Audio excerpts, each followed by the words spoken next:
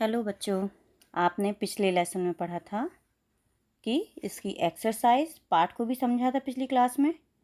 अब आपको करना है इसके प्रश्न उत्तर।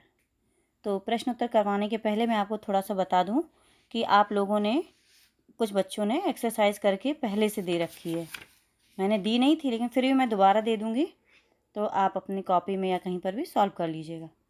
अब आपको प्रश्न उत्तर बताती हूँ। पहला प्रश्न है जैसे, माधव दास ने चिड़िया को बगीचे में ही रुकने को क्यों कहा? चिड़िया बहुत सुंदर थी और उसे देख करके माधव दास को बहुत प्रसन्नता हो रही थी। पढ़ा था ना आपने पाठ में। तो वैसे ही इसका उत्तर हम अब उत्तर बता रहे हैं आपको। चिड़िया बहुत सुंदर थी और उसे देखकर माधव दास का मन प्रफुल्लित हो रहा था, इसलिए उन्होंने चिड़िया को बगीचे में ही रुकने को कहा। तो अपने शब्दों में अगर आप कहें तो आप ऐसा भी कह सकते हैं कि चिड़िया को देख करके माधव दास जी को बहुत अच्छा लग रहा था, इसलिए उन्होंने क्या किया, उसको अपने यहाँ अपने बगीचे में रुकने के लिए कहा। इसके बाद है दूसरा प्रश्न, चिड़िया किस किस को जानती थी? इस प्रश्न में पूछा गया है कि चिड़िया किस किस को जानती थी।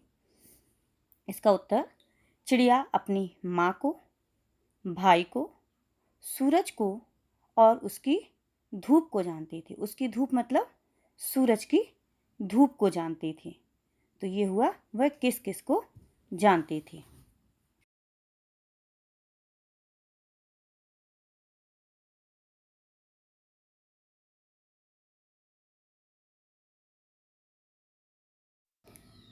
तीसरा प्रश्न, सेठ द्वारा बटन दबाने पर क्या हुआ? आपने पाठ पढ़ा था, जब सेठ जी ने बटन दबाया था तो क्या हुआ था?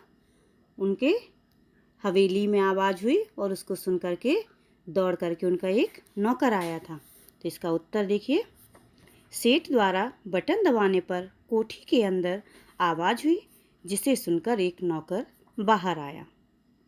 इसके बाद चौथा प्रश्न, नौकर के पंजे से बचने के बाद चिड़िया ने क्या किया?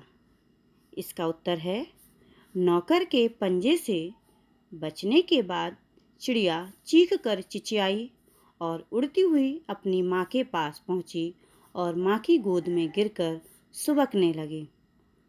अब इसमें जैसे दो तीन शब्द आए हैं, चिचियाई यानी कि डर के कारण या एकदम से किसी चीख निकल पड़ना, और सुबकना यानी कि डर करके रोना। तो ये तो हुए आज के प्रश्नों के उत्तर। इसके बाद ये प्रश्न आप हल कर लेंगे अपनी किसी फेयर कॉपी में या जहाँ आप लिख रहे हों वहाँ पर। उसके बाद अगली कक्षा में अगला पाठ शुरू होगा।